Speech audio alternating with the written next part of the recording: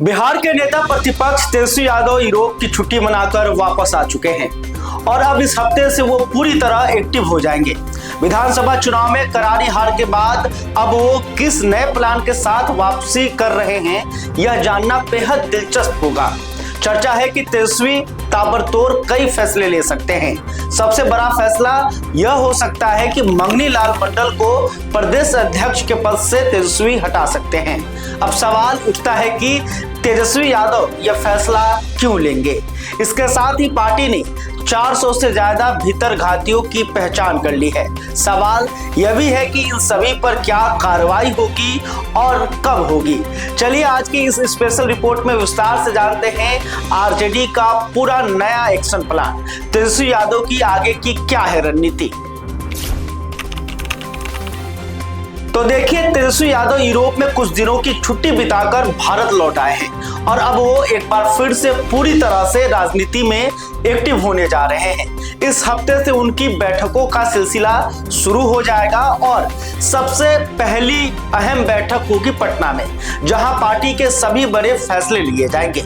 इस अहम बैठक में प्रदेश अध्यक्ष मंगनी लाल मंडल के साथ साथ पार्टी के तमाम सीनियर नेता भी शामिल होंगे और सबके साथ मिलकर आगे की पूरी रणनीति तय की जाएगी। इस बैठक में चुनावी हार की समीक्षा से लेकर संगठन को मजबूत करने तक के सभी मुद्दों पर गंभीर चर्चा होगी। दरअसल चुनाव खत्म होने के बाद से अब तक जिला स्तर और प्रमंडल स्तर पर कई अहम बैठकें हो चुकी हैं, जिनमें पार्टी की कमजोरियों को समझने की कोशिश की गई। इन सभी बैठकों में एक बात साफ तौर पर सामने आई कि जिला और प्रमंडल कमेटियां चुनाव के दौरान बिल्कुल भी सक्रिय नहीं थी, जो कि एक बड़ी कमी थी। दूसरी सबसे बड़ी बात यह निकली कि पार्टी ने अपने संगठन और कार्यकर्ताओं पर भरोसा करने के बजाय बाहरी एजेंसियों पर ज्यादा निर्भरता दिखाई, जो गलत साबित हुई। पार्टी के नेताओं और कार्यकर्ताओं ने माना कि यही दो बड़े कारण रहे विधानसभा चुनाव में आरजेडी की करारी हार की। अब तेजस्वी यादव इन सभी कमियों को दूर करने के लिए ठोस कदम उठाने की तैयारी कर रहे हैं और संगठन को जमीनी स्तर से मजबूत करने पर फोकस करेंगे। देखिए, अब आपको बताते हैं कि तेजस्वी यादव का वो बड़ा प्लान जिसके जरिए वो आरजेडी को जमीनी स्तर पर मजबूत करने जा रहे हैं। तेजस्वी जल्द ही बिहार के सभी 50 जिलों में नए जिला अध्यक्षों की नियुक्ति करेंगे, जो पार्टी के लिए एक बड़ा संगठनात्मक कदम होगा। इसके साथ ही करीब 265 प्रखंडों में नए प्रखंड अध्यक्षों की नियुक्ति की जाएगी, ताकि निचले स्तर पर पार्टी की पकड़ मजबूत हो सके। इस तरह से कुल मिलाकर 315 नए पदाधिकारियों की नियुक्ति होगी, जो संगठन में नई ऊर्जा और नई दिशा लेकर आएंगे। सबसे खास बात यह है कि यह पूरा काम सिर्फ 1 महीने के अंदर पूरा कर लिया जाएगा, जिससे पता चलता है कि तेजस्वी कितनी तेजी से काम करना चाहते हैं। अब सवाल है कि आखिर क्यों इतना जरूरी है यह बड़ा बदलाव। बात दरअसल यह है कि सितंबर 2025 में जब मंगनी लाल मंडल को आरजेडी का प्रदेश अध्यक्ष बनाया गया था, तब विधानसभा चुनाव बिल्कुल सिर पर था। चुनाव की तैयारियों में इतनी व्यस्तता थी कि प्रदेश और जिला कमेटियां ठीक से बनाई ही नहीं जा सकी, जो एक बड़ी भूल साबित हुई। प्रखंड अध्यक्षों की नियुक्ति भी केवल आधे प्रखंडों में ही हो पाई, बाकी आधे प्रखंड बिना अध्यक्ष के ही चुनाव लड़ गए। यह संगठनात्मक कमजोरी चुनाव में आरजेडी के खराब प्रदर्शन की एक बड़ी वजह बनी और अब इसे सुधारना बेहद जरूरी हो गया है। अब तेजस्वी यादव इन सभी कमियों को दूर करते हुए पार्टी को एक बार फिर से मजबूत करेंगे।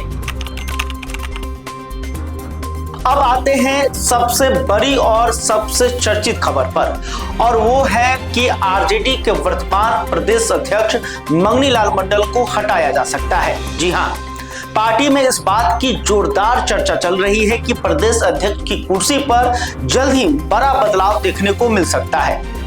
अब सवाल है कि आखिर यह बदलाव क्यों होगा। दरअसल विधानसभा चुनाव से पहले मंगनी लाल मंडल को प्रदेश अध्यक्ष बनाते समय पार्टी को उनसे बड़ी उम्मीदें थी और उन्हें बड़ी जिम्मेदारी दी गई थी। पार्टी का मानना था कि मंगनी लाल मंडल ओबीसी समाज के गैर यादव वोट बैंक को आरजेडी की ओर आकर्षित कर सकेंगे और इससे पार्टी को फायदा होगा। लेकिन चुनाव के नतीजे आने के बाद ऐसा कुछ भी नहीं दिखा और न ही उम्मीद के मुताबिक वोट बैंक आरजेडी की ओर आया। एक और बड़ा मुद्दा यह है कि मंगनी लाल मंडल अब उम्रदराज हो चुके हैं और शायद वो इस तरह से सक्रिय नहीं रह पा रहे हैं जैसा होना चाहिए। उनके प्रदेश अध्यक्ष रहने के दौरान पार्टी में कई नेताओं और कार्यकर्ताओं में अनुशासनहीनता भी देखी गई, जो चिंता का विषय बना। जब कई नेताओं को टिकट नहीं मिला तो वो बागी बन गए और पार्टी के खिलाफ चुनाव लड़ने लगे, जिससे पार्टी को नुकसान हुआ। कई आरजेडी नेताओं का कहना है कि मंगनी लाल मंडल पूर्व प्रदेश अध्यक्ष जगदानंद सिंह की तरह पार्टी को चलाने में सफल नहीं रहे। देखिए, अब आपको बताते हैं वो बात जो सबसे ज्यादा चौंकाने वाला है और जिसने पूरी आरजेडी में हलचल मचा दी है। आरजेडी ने अपनी पार्टी के अंदर ही 400 से अधिक भीतरघातियों की पहचान कर ली है, जो एक बहुत बड़ा खुलासा है। यह भीतरघाती सिर्फ एक स्तर पर नहीं बल्कि कई स्तरों पर मौजूद थे और चुनाव के दौरान पार्टी के अंदर से नुकसान पहुंचा रहे थे। पंचायत स्तर के छोटे कार्यकर्ताओं से लेकर प्रखंड और जिला स्तर के बड़े नेताओं तक में भीतरघाती पाए गए हैं। अब सवाल है कि कैसे हुई इन भीतरघातियों की पहचान। तो देखिए, इसके लिए पार्टी ने बहुत ही सोच समझकर एक व्यवस्थित तरीका अपनाया और सबसे पहले पंचायत स्तर के कार्यकर्ताओं से विस्तृत फीडबैक मंगवाया गया। फिर प्रखंड और जिला स्तर के नेताओं से भी विस्तार से रिपोर्ट ली गई कि किन लोगों ने पार्टी के हित में काम किया है और किन लोगों ने पार्टी के हित में काम नहीं किया है। जिला अध्यक्षों और जिला प्रभारियों से भी विस्तृत जानकारी जुटाई गई और उनसे पूछा गया कि कौन कौन से लोग संदिग्ध हैं। इस पूरी प्रक्रिया में बारीकी से जांच की गई कि किन नेताओं और कार्यकर्ताओं ने पार्टी को जानबूझकर नुकसान पहुंचाया। आरजेडी सूत्रों के मुताबिक तेजस्वी यादव अब इन सभी भीतरघातियों को पार्टी से बाहर निकालने का फैसला ले चुके हैं। दरअसल बागी प्रत्याशियों पर तो कार्रवाई की शुरुआत हो चुकी है और कुछ लोगों को पार्टी से निकाल भी दिया गया है। परिहार विधानसभा सीट से आरजेडी ने रितु जायसवाल की जगह रामचंद्र पूर्वे की बहू स्मिता पूर्वे को टिकट दे दिया था, लेकिन रितु जायसवाल ने इसके खिलाफ बगावत कर दी और निर्दलीय प्रत्याशी के तौर पर चुनाव लड़ने का फैसला कर लिया। अब पार्टी ने रितु जायसवाल के साथ साथ परिहार प्रखंड के युवा अध्यक्ष अजहरुल हैदरी को भी 6 साल के लिए पार्टी से बाहर कर दिया है। इसके अलावा प्रखंड अध्यक्ष कैलाश यादव, राज्य परिषद सदस्य अशफान आलम अंसारी, सोनबरसा प्रखंड अध्यक्ष अनिल कुमार चक्रेश को भी 6 साल के लिए पार्टी से बाहर कर दिया गया है। लेकिन यह तो बस शुरुआत है, आने वाले दिनों में और भी कई लोगों पर कार्रवाई होने वाली है।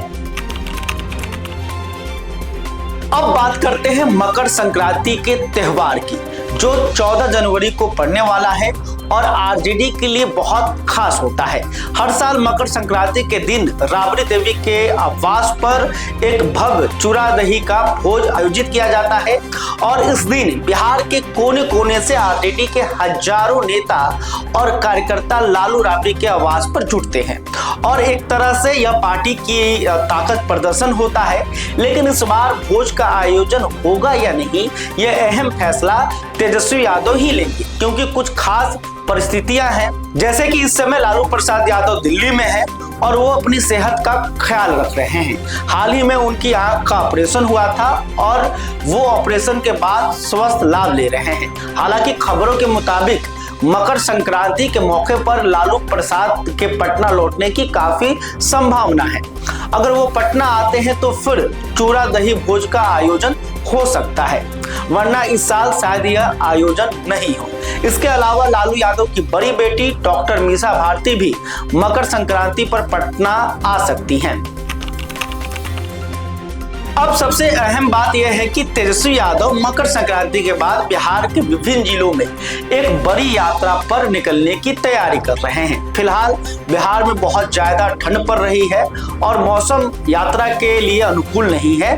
इसलिए यात्रा की सटीक तारीख मौसम की स्थिति को देखते हुए तय की जाएगी ताकि कार्यकर्ताओं और जनता को कोई परेशानी ना हो। इस यात्रा में तेजस्वी जनता के बीच जाएंगे और उन्हें बताएंगे कि कैसे अदृश्य शक्तियों ने मिलकर चुनाव हरवा दिया। तेजस्वी पहले भी चुनाव हारने के लिए अदृश्य शक्तियों और वोट चोरी की बातें कर चुके हैं और अब फिर से वो यही बात जनता के सामने रखेंगे।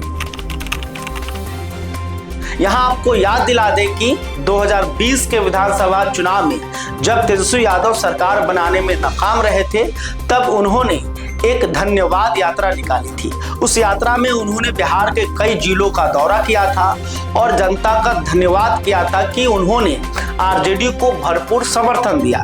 इस बार भी तेजस्वी के सामने संघर्ष का ही रास्ता है और उन्हें जमीनी स्तर पर जाकर अपनी पार्टी को मजबूत करना होगा। वरिष्ठ नेता शिवानंद तिवारी ने तेजस्वी के विदेश जाने पर टिप्पणी करते हुए कहा था कि उन्हें संघर्ष करना चाहिए। शिवानंद तिवारी ने यह भी कहा था कि तेजस्वी को जनता के बीच जाना चाहिए और उनकी समस्याओं को समझना चाहिए। अब लगता है कि तेजस्वी यादव शिवानंद तिवारी की इस सलाह को मानते हुए जनता के बीच जाने की तैयारी कर रहे हैं। दोस्तों, अब आते हैं सबसे अहम और निर्णायक मुद्दे पर और वो है इसी साल होने वाला बिहार का पंचायत चुनाव। यह चुनाव तेजस्वी यादव और आरजेडी के लिए बेहद महत्वपूर्ण है क्योंकि इसी से पता चलेगा कि पार्टी की जमीनी ताकत कितनी है। बिहार में पंचायत चुनाव दलीय आधार पर नहीं होते हैं, यानी कि कोई भी प्रत्याशी किसी पार्टी के सिंबल पर चुनाव नहीं लड़ता है, लेकिन इसके बावजूद हर राजनीतिक पार्टी की पूरी कोशिश होती है कि अधिक से अधिक उनके समर्थक और कार्यकर्ता चुनाव जीत कर आए। निचले स्तर पर आरजेडी को मजबूत करने के लिए और पार्टी का जमीनी आधार तैयार करने के लिए ये चुनाव बेहद जरूरी है। अगर आरजेडी इस चुनाव में अच्छा प्रदर्शन कर पाती है तो आने वाले समय में इसका फायदा पार्टी को मिलेगा। देखिए, एक बात यह भी ध्यान रखने वाली है कि फिलहाल केंद्र में और बिहार राज्य में दोनों जगह एनडीए की सरकार है। बीजेपी की पूरी कोशिश होगी कि पंचायत चुनावों में अधिक से अधिक संख्या में उसके कार्यकर्ता और समर्थक जीते। अगर तेजस्वी यादव इस पंचायत चुनाव में अपनी ताकत नहीं दिखा पाते हैं और आरजेडी का प्रदर्शन कमजोर रहता है तो फिर उनके लिए बिहार की राजनीति और भी ज्यादा कठिन और चुनौतीपूर्ण हो जाएगी। इसलिए यह चुनाव बेहद महत्वपूर्ण है। अगर आंकड़ों की बात करें तो बिहार में कुल 8000 से अधिक पंचायतें हैं, जो एक बहुत बड़ी संख्या है। इन पंचायतों में कुल मिलाकर 6 अलग अलग पदों के लिए चुनाव होने हैं, जिसमें हर पद अपने आप में महत्वपूर्ण है। ये 6 पद हैं: मुखिया, वार्ड सदस्य, सरपंच, पंच, पंचायत समिति सदस्य और जिला परिषद सदस्य। हर पद पर आरजेडी को अपने मजबूत और भरोसेमंद उम्मीदवार खड़े करने होंगे, तभी जीत की उम्मीद की जा सकती है। यह है आरजेडी और तेजस्वी यादव के लिए असली परीक्षा की घड़ी, जिसमें पार्टी की जमीनी मजबूती का पता चलेगा। चलिए एक बार फिर से नजर डालते हैं विधानसभा चुनाव के उन नतीजों पर जिन्होंने आरजेडी को झकझोर कर रख दिया है। बिहार विधानसभा में कुल 243 सीटें हैं और इनमें से एनडीए ने पूरे 202 सीटों पर जीत हासिल की, जो एक भारी बहुमत था। दूसरी तरफ महागठबंधन केवल 35 सीटों पर ही सिमट कर रह गया, जो कि एक बहुत ही निराशाजनक प्रदर्शन था। और अगर आरजेडी की बात करें तो उसे सिर्फ 25 सीटें मिली, जो कि पार्टी के लिए बहुत बड़ा झटका था। यह संख्या उम्मीदों से बहुत कम थी और तेजस्वी यादव के लिए यह एक करारी हार साबित हुई। चुनाव के नतीजे आने के तुरंत बाद तेजस्वी यादव ने अपने सभी विधायकों, सांसदों और उम्मीदवारों की एक अहम बैठक बुलाई। इस बैठक में हार के कारणों पर गहन मंथन किया गया और हर किसी से फीडबैक लिया गया कि क्या गलत हुआ। बैठक में जो रणनीति तय हुई, इसके मुताबिक प्रदेश अध्यक्ष मंगनी लाल मंडल ने निचले स्तर से विस्तृत जानकारी जुटाने का काम शुरू किया। पंचायत, प्रखंड और जिला स्तर के कार्यकर्ताओं और नेताओं से फीडबैक मांगा गया और रिपोर्ट तैयार की गई। इसी गहन जांच और विश्लेषण के बाद पार्टी ने 400 से अधिक भीतरघातियों की पहचान की, जो चौंकाने वाला खुलासा था। देखिए, एक बात तो बिल्कुल साफ है कि बिहार में राजनीतिक एजेंडा और जनता के मुद्दों की कोई कमी नहीं है। बेरोजगारी, शिक्षा की खस्ता हालत, स्वास्थ्य सेवाओं की कमी, विकास की धीमी रफ्तार, ये सब बड़े मुद्दे हैं। इसके अलावा किसानों की समस्याएं, युवाओं के लिए रोजगार के अवसरों की कमी, महंगाई जैसे कई मुद्दे हैं जिन पर राजनीति की जा सकती है। तेजस्वी यादव इन सभी जनता से जुड़े मुद्दों को लेकर जनता के बीच जाएंगे और अपनी बात रखेंगे। वो सरकार की नीतियों और फैसलों पर सवाल उठाएंगे और जनता को बताएंगे कि उनके लिए आरजेडी का विकल्प बेहतर है। तेजस्वी यादव के सामने अब संघर्ष का ही रास्ता है और वो इस बात को बखूबी जानते और समझते हैं। इसलिए वो पार्टी संगठन में बड़े बदलाव कर रहे हैं और पूरी संरचना को नया रूप देने जा रहे हैं। भीतरघातियों और बागियों को पार्टी से बाहर निकालने का काम तेजी से चल रहा है ताकि संगठन मजबूत बने। और सबसे अहम बात यह है कि वो पंचायत चुनाव की तैयारी में पूरी तरह जुट गए हैं, क्योंकि यह उनके लिए बेहद महत्वपूर्ण है। अगले कुछ महीने तेजस्वी और आरजेडी के लिए बेहद अहम होंगे, जिसमें पार्टी को जमीनी स्तर पर मजबूत करना होगा। तो देखिए, यह था आरजेडी का पूरा नया एक्शन प्लान और तेजस्वी यादव की आगे की रणनीति की विस्तृत जानकारी। तेजस्वी यादव यूरोप की छुट्टी से लौट चुके हैं और वो अब पूरी ऊर्जा और जोश के साथ राजनीति में सक्रिय होने जा रहे हैं। आने वाले दिनों में पार्टी संगठन में बहुत बड़े बदलाव देखने को मिलेंगे जो आरजेडी को नई दिशा देंगे। कुल 315 नए पदाधिकारियों की नियुक्ति होगी, जिसमें 50 जिला अध्यक्ष और 265 प्रखंड अध्यक्ष शामिल हैं। प्रदेश अध्यक्ष मंगनीलाल मंडल को बदला जा सकता है, हालांकि अभी इस पर अंतिम फैसला बाकी है। पार्टी ने 400 से ज्यादा भीतरघातियों की पहचान कर ली है और जल्द ही सभी पर सख्त कार्रवाई होगी। मकर संक्रांति के बाद तेजस्वी यादव बिहार में एक बड़ी यात्रा पर निकलेंगे और जनता के बीच जाकर अपनी बात रखेंगे। और सबसे बड़ी बात यह है कि पंचायत चुनाव में आरजेडी अपनी पूरी ताकत झोंक देगी, क्योंकि यह पार्टी के भविष्य के लिए बेहद महत्वपूर्ण है। अब सवाल यह उठता है कि क्या तेजस्वी यादव इन सभी बदलावों और रणनीतियों के जरिए आरजेडी को फिर से पटरी पर ला पाएंगे? क्या पंचायत चुनाव में आरजेडी अपनी खोई हुई जमीनी ताकत को वापस कर पाएगी? एक मजबूत विपक्ष के रूप में आरजेडी उभर पाएगी या फिर यह संघर्ष का दौर और भी लंबा चलेगा और आरजेडी को और ज्यादा मेहनत करनी पड़ेगी? इन सभी सवालों का जवाब तो आने वाला समय ही बताएगा, लेकिन एक बात तो तय है, तेजस्वी यादव हार मानने वालों में से नहीं है और वो पूरी ताकत से संघर्ष करने के लिए तैयार है। अब हम आपसे जानना चाहते हैं कि आपकी इस पूरे मामले पर क्या राय है। क्या आपको लगता है कि तेजस्वी यादव की यह नई रणनीति कामयाब होगी और आरजेडी फिर से मजबूत होगी, या फिर आपको लगता है कि अभी भी बहुत कुछ करना बाकी है और सिर्फ यह कदम काफी नहीं है? अपनी राय और विचार कमेंट सेक्शन में जरूर शेयर कीजिएगा। हमें आपकी राय जानने में बहुत दिलचस्पी है और अगर आपको यह विस्तृत वीडियो पसंद आया है और इससे आपको अच्छी जानकारी मिली है तो प्लीज इस वीडियो को लाइक करना बिल्कुल ना भूलें और अपने दोस्तों के साथ भी शेयर करें। हमारे चैनल को सब्सक्राइब करना ना भूलें ताकि आपको बिहार की राजनीति की हर बड़ी खबर और अपडेट सबसे पहले मिलती रहे। बहुत बहुत धन्यवाद।